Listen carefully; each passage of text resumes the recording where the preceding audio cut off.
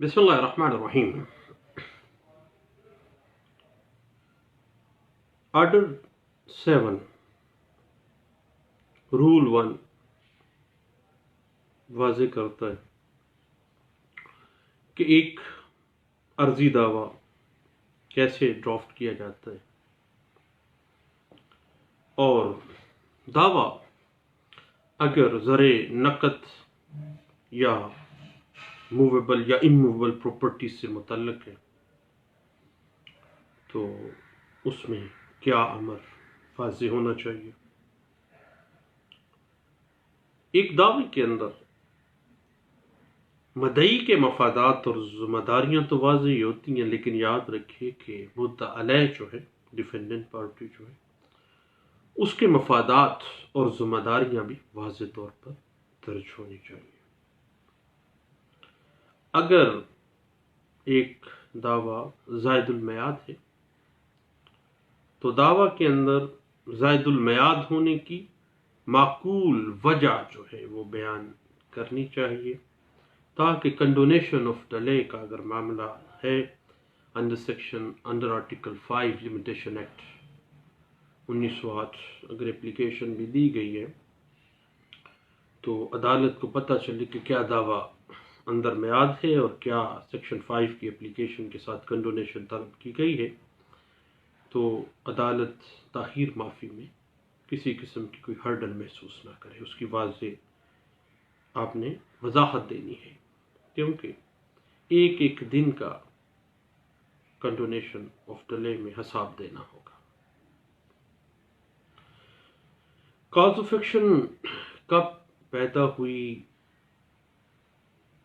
کیا cause of action کی with in time دعویٰ دائر کیا جا رہا ہے۔ اس کے بعد ایک پلینٹف کو اپنی پلینٹ کے اندر پریئر کرنے سے پہلے، داد رسی وصول طلب کرنے سے پہلے یہ درج کرنا چاہیے کہ چونکہ کاز آف ایکشن عدالت دیوانی کی حدود کے اندر پیدا ہوئی ہے اور فریقین کی رہائش جو ہے وہ اندرون حدود عدالت حاضہ ہے، اس لیے عدالت کو ٹیریٹوریل جورسڈکشن کا اختیار جو ہے وہ حاصل ہے۔ مالیت دعویٰ بغرض کورٹ فیس اور اختیار سماعت کتنا ہے وہ دعوے میں درج ہونا چاہیے، تاکہ عدالت کو پتہ چل سکے کہ اگر کوئی کورٹ فیس کا معاملہ ہے کتنی ریکوائرڈ ہے، تو کیا وہ ادا کر دی گئی ہے، اور کیا مالیت دعویٰ عدالت کے اختیار سماعت سے تجاوز تو نہیں کر رہی۔ اور ایک بڑا اہم پوائنٹ نوٹ کرنے والا ہے ایک سول وکیل کے لیے، وہ یہ ہے کہ اگر عرضی دعویٰ جب آپ ڈرافٹ کر رہے ہیں ایک پلینٹف کی طرف سے، تو اگر کسی قسم کے سیٹ آف کا کوئی معاملہ ہے تو مدعی دعویٰ میں اس سیٹ آف کے معاملے کو لازمی درج کرے، کیونکہ مدعا علیہ جب ریٹن سٹیٹمنٹ دے گا دین وہ سیٹ آف کا معاملہ دوبارہ لے کے آئے گا، وہ تو درج کرے گا ہی۔ عرضی دعویٰ جب ایک سول کورٹ میں آ جاتا ہے تو سول کورٹ کی ڈیوٹی شروع ہو جاتی ہے، وہ عرضی دعویٰ کی پڑتال کرتی ہے، مدعا علیہ کی تعمیل کروائے، سمنات جو جاری کریں گے ان کی تعمیل کے بعد مدعا علیہ کے ڈیفینس کا مرحلہ آ جاتا ہے، وہ اپنے دفاع میں ایک مدعا علیہ یا تو خود جواب دعویٰ دے دیتا ہے یا عدالت آرڈر کرتی ہے کہ بھئی لازمی یہ جواب دعویٰ لے کے آؤ، اور دعوے میں کیا کیا کفائف ہیں یہ واضح ہو جائیں گے۔ اور یاد رکھیے گا کہ جب دفاع کا معاملہ آ گیا مدعا علیہ کا، تو جواب دعویٰ اندر میعاد داخل نہ کرنے یا جواب دعویٰ سرے سے ہی عدالت میں داخل نہ کرنے کا نتیجہ یہ ہوتا ہے کہ عدالت مدعا علیہ کے خلاف حکم جاری کر سکتی ہے یا اس کا حق دفاع ختم کر سکتی ہے۔ لیکن یاد رکھیے گا، ایک اہم بات ہے کہ حق دفاع ختم ہو جانے سے مدعا علیہ کا تاریخ پیشی کے اوپر پیش ہو کر پروسیڈنگز کو چلانے کا حق ساقط نہیں ہو جاتا کہ وہ پیش ہی نہ ہو، ٹرائل میں کا وہ حصہ بنے گا۔ وہ کسی بھی تاریخ پیشی پر پیش ہو کر اس مرحلے پر اپنے خلاف ہونے والے دعوے کی پیروی کر سکتا ہے، یہاں تک کہ وہ مدعی جو گواہان اس کے خلاف لے کے آیا ہے اس گواہان پر کراس ایگزامینیشن بھی کر سکتا ہے۔ اور جواب دعویٰ میں مدعی کے کسی مطالبے سے انکار کرنا ہے تو واضح طور پر ریزنز کے ساتھ، لاجکس کے ساتھ کرنا چاہیے، کیونکہ اگر غیر واضح انکار ہے اپنے دفاع کے اندر تو سمجھا جائے گا کہ غیر واضح بات کر رہا ہے مدعا علیہ، بات تو کلیئر نہیں ہو رہی ہے۔ اٹ مین مدعا علیہ نے مدعی کا دعویٰ قبول کر لیا ہے، تسلیم کر لیا ہے۔ اور اگر سیٹ آف کا معاملہ ہے تو مدعا علیہ کو سیٹ آف کا مطالبہ اپنے ڈیفنس میں، اپنے جواب دعویٰ میں کرنا ہے، اور اس کا جو سیٹ آف کا مطالبہ ہے کہ میں نے بھی اس سے اتنے لینے ہیں، وہ اس پلینٹیف کے اگینسٹ اس مدعا علیہ کا دعویٰ کنسیڈر کیا جائے گا، یعنی جو حیثیت اس کے دعویٰ کو، مدعی کے دعویٰ کو حاصل ہے، وہی جواب دعویٰ میں سیٹ آف جو ہے اس کا مطالبہ عرضی دعویٰ کے برابر ہے مدعا علیہ کی طرف سے۔ یہ عذر جو ہے صرف زر نقد کے دعوے میں لیا جا سکتا ہے، اور اس رقم کا جو قانونی طور پر مدعی کے ذمہ مدعا علیہ کو واجب الادا ہے، وہ رقم محسوس ہے 50,000، لاکھ، 2 لاکھ، کروڑ، 2 کروڑ، جو بھی ہے۔ اور اگر دعویٰ میں ایک سے زیادہ پلینٹیف ہے تو سب کو وہ اوبلیگیشن ہے، سب کو واجب الادا ہو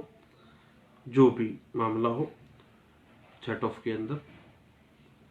اب سیٹ آف کا مطالبہ یاد رکھیے گا کہ عدالت کے اختیار سماعت سے ایکسیڈ نہیں کرنا چاہیے، یعنی اختیار سماعت تک ہو۔ مثلا عدالت کے پاس 50 لاکھ تک کے کیسز سنے جا سکتے ہیں، تو اب سیٹ آف میں اگر 1 کروڑ روپیہ سیٹ آف کا مطالبہ آ گیا ہے تو عدالت کا اختیار سماعت ڈیلیپیڈیٹڈ ہو گیا۔ اب عدالت کو فرض کریں 5 لاکھ کی مالیت کے دعوے سننے کا اختیار ہے، فرض کر لیتے ہیں، سیٹ آف کی رقم اس 5 لاکھ سے زیادہ ہے، لیکن مدعا علیہ کو اختیار حاصل ہے کہ دعویٰ کو عدالت کے اختیار سماعت کے اندر لانے کے لیے زائد رقم سے دستبردار ہو جائے۔ اگر وہ ہو جاتا ہے دین وہ جو رقم اس نے سیٹ آف کے وقت مطالبہ نہیں کیا وہ بعد میں نہیں کر سکتا، کیونکہ set of is equal to a planet. بڑی نکتے کی بات ہے، یہ چھوٹا سا نکتہ ہے، میرے جیسے نالائق بندوں کو بڑی دیر بعد سمجھ لگی تھی۔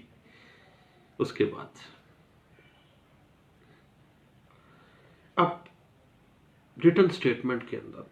سیٹ آف اور کاؤنٹر کلیم میں کچھ ایسا معاملہ آ جاتا ہے کہ امبیگوٹی کریٹ ہو جاتی ہے، اور بطور ایک سیول پریکٹیشنر کے یہ امبیگوٹی کو ہر روز سامنا کرنا پڑتا ہے، دماغ عرق ریزی کرنی پڑتی ہے، اور میرے جیسا نالائق بندہ زیادہ پرابلم فیل کرتا ہے، بتاتا کوئی نہیں ہے۔ تو بعض دفعہ یہ کہا جاتا ہے کہ مدعا علیہ جواب دعوے میں کاؤنٹر کلیم کے طور پر سیٹ آف کا مطالبہ کر سکتا ہے، لیکن یاد رکھیے گا کہ قانونی طور پر سیٹ آف میں اور کاؤنٹر کلیم میں ہیل آف ڈیفرنس ہے۔ یاد رکھیے کہ سیٹ آف جو ہے وہ مدعی کے دعوے کے خلاف مدعا علیہ کا ڈیفنس ہے، لیکن کاؤنٹر کلیم جو ہے وہ مدعا علیہ کے خلاف مدعی کا کراس ایکشن ہوتا ہے۔ اب یہ ہے اصل بات۔ اب اس نکتے کو سمجھنے کے لیے سپریم کورٹ آف پاکستان کی ایک لینڈ مارک ججمنٹ ہے جس میں ہر چیز کو واضح کیا گیا، واضح کر دیا گیا کہ بھائی سیٹ آف کیا ہے اور کاؤنٹر کلیم جو ہے وہ کراس ایکشن ہے مدعا علیہ کے خلاف مدعی کی طرف سے۔ اور یہ بات انٹرپریٹ ہوئی تھی PLD 1983 supreme court of Pakistan page 5 کے اندر۔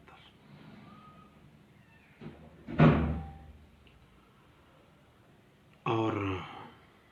سیٹ آف جو ہے اگر سمجھا جائے تو دونوں کی ملاوٹ ہوتا ہے۔ یہ نہ صرف مدعی کے مطالبے کو ختم کرتا ہے بلکہ مدعی کے مطالبے سے زائد رقم کا مطالبہ بھی سیٹ آف جو ہے وہ کر سکتا ہے، یعنی یہ دونوں سائڈوں کو ڈیل کرتا ہے۔ اس حوالے سے سپریم کورٹ آف پاکستان کی ایک لینڈ مارک ججمنٹ ہے 2009 SCMR پیج ہے 666 اور اس کے ساتھ PLD 1983 supreme court of Pakistan page 5 کو لازمی پڑھ لیجیے۔ اب بات ہے کہ یہ ضروری بات نہیں ہے، مینڈیٹری نہیں ہے، اور یہ عام کیسز میں بھی ایسا نہیں ہے کہ کاؤنٹر کلیم اسی نوعیت کا ہو جو مدعی نے دعویٰ کیا ہے۔ سیٹ آف آ گیا، سیٹ آف ڈسکس ہو گیا، بعد میں کاؤنٹر ایکشن کے طور پہ کاؤنٹر کلیم آ گیا۔ ضروری نہیں ہے کہ کاؤنٹر کلیم اسی نوعیت کا ہو جس نوعیت کا مدعی نے دعویٰ کیا ہے۔ اس حوالے سے یاد رکھیے گا کہ اگر فرض کریں مدعی نے مدعا علیہ کے خلاف پوزیشن سوٹ دعویٰ کیا، دین مدعا علیہ ریٹن سٹیٹمنٹ میں کاؤنٹر کلیم تکمیل معاہدہ کا اسپیسیفک پرفارمنس کا مطالبہ اسی جائیداد سے متعلقہ کر سکتا ہے۔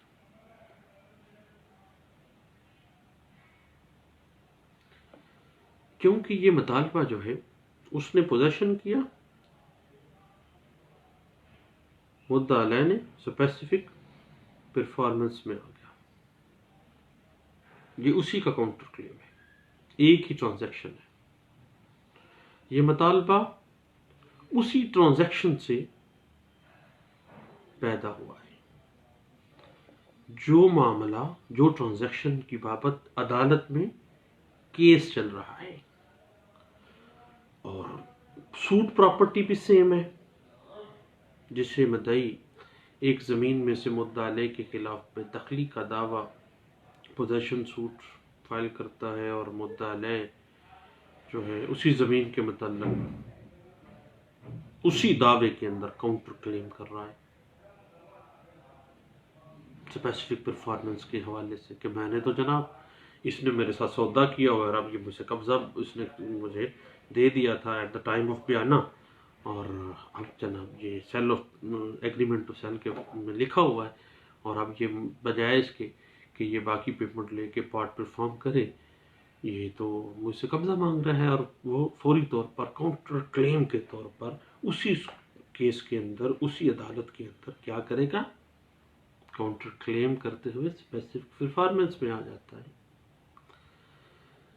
اور یاد رکھیے گا کہ کاؤنٹر کلیم ایک پلینٹیف کے خلاف، مدعی کے خلاف کراس سوٹ تصور کیا جاتا ہے، یعنی سوٹ ہے، دوسری طرف کراس سوٹ آ گیا کاؤنٹر کلیم کا، اور دونوں کی جو ٹرائل ہے سیم اسی میں چل رہا ہے، ایک ہی سوٹ کے اندر چل رہا ہے۔ اس حوالے سے اس نقطے کی انٹرپریٹیشن پچھلے دنوں ایک کیس لا پڑھنے کا اتفاق ہوا، بڑا مزیدار کیس تھا، یعنی الجھ گئے تھے اس کاؤنٹر کلیمز کے چکر میں، پڑھیے گا ضرور۔ PLD 1999 کراچی ہائی کورٹ کا فیصلہ تھا، اور پیج ہے 227 کے اندر اس بات کو واضح کیا گیا۔ اب میرے دوست سمجھتے ہیں کہ CPC 1908 کے اندر کاؤنٹر کلیم سے متعلقہ سیٹ آف کا ذکر نہیں ہے کہ مدعا علیہ یہ مطالبہ بھی کر سکتا ہے، چونکہ یہ جو ڈیمانڈ ہے، یہ جو مطالبہ ہے کاؤنٹر کلیم کا، یہ ایک سیول نیچر کا کلیم ہے۔ CPC میں نہیں لکھا ہوا کہیں بھی، CPC میں سیٹ آف کا ذکر تو ہے، کاؤنٹر کلیم کا ذکر نہیں ہے۔ چونکہ یہ مطالبہ دیوانی نوعیت کا معاملہ ہے، اس لیے عدالت دیوانی جو ہے اسی سوٹ کے اندر جو سوٹ مدعی نے مدعا علیہ کے خلاف کیا ہے، اس میں وہ اس کے مطالبے کو، چونکہ دیوانی مقدمہ ہے، دیوانی مطالبے کی روح سے سیم سوٹ پراپرٹی ہے، سیم پارٹیز ہے، تو اسی میں ہی اختیار سماعت ہو جائے گا، اس کو اختیار مل جائے گا۔ اس حوالے سے پڑھنے کے قابل ہے، ایک کیس لا بھی ہے، PLD 1982 پیج 38 ہے، 2002 CLC پیج ہے 1029 میں اس بات کو واضح کیا گیا تھا۔ اب کاؤنٹر کلیم کا جو مطالبہ ہے، اس کے اوپر فیصلہ جو آئے گا، اس کی لاجک کو سمجھیے گا کہ چونکہ CPC code of civil procedure کے جو جملہ قوانین ہیں، جملہ قواعد ہیں، جن کا اطلاق ایک پلینٹ کے اوپر ہو رہا ہے، انہی کا اطلاق اپلیکیشن، انہی کی اپلیکیشن کاؤنٹر کلیم پر بھی ہوگی۔ میرا خیال ہے آپ سمجھ گئے ہوں گے۔ اس حوالے سے اگر سمجھ نہ آئے تو 1993 SCMR پیج 441 اس حوالے سے ہمیں گائیڈ لائن دے رہا ہے، 1988 MLD پیج 124 اس حوالے سے ہمیں کچھ گائیڈ لائنز فراہم کر رہا ہے۔ یاد رکھیے گا کہ کاؤنٹر کلیم میں سیٹ آف کی طرح مخصوص رقم کا ہونا ضروری نہیں ہے۔ کاؤنٹر کلیم کا دائرہ ڈیمیجز سے کنسرننگ بھی ہو سکتا ہے، جن کی وجہ سے ہمیں اتنے لاس ہوا، اتنی انجری ہوئی، اس کے اتنے ڈیمیجز بنتے ہیں، اور ان ڈیمیجز کا تعین ابھی ہونا باقی ہے۔ یاد رکھیے کہ اگر کاؤنٹر کلیم کے ذریعے مدعا علیہ کا مطالبہ مدعی کے دعوے سے ایکسیڈ کر جاتا ہے، بڑھ جاتا ہے، تو جو زائد رقم بنتی ہے مدعا علیہ کی، اس زائد رقم کی ڈگری مدعا علیہ کے حق میں صادر کی جائے گی۔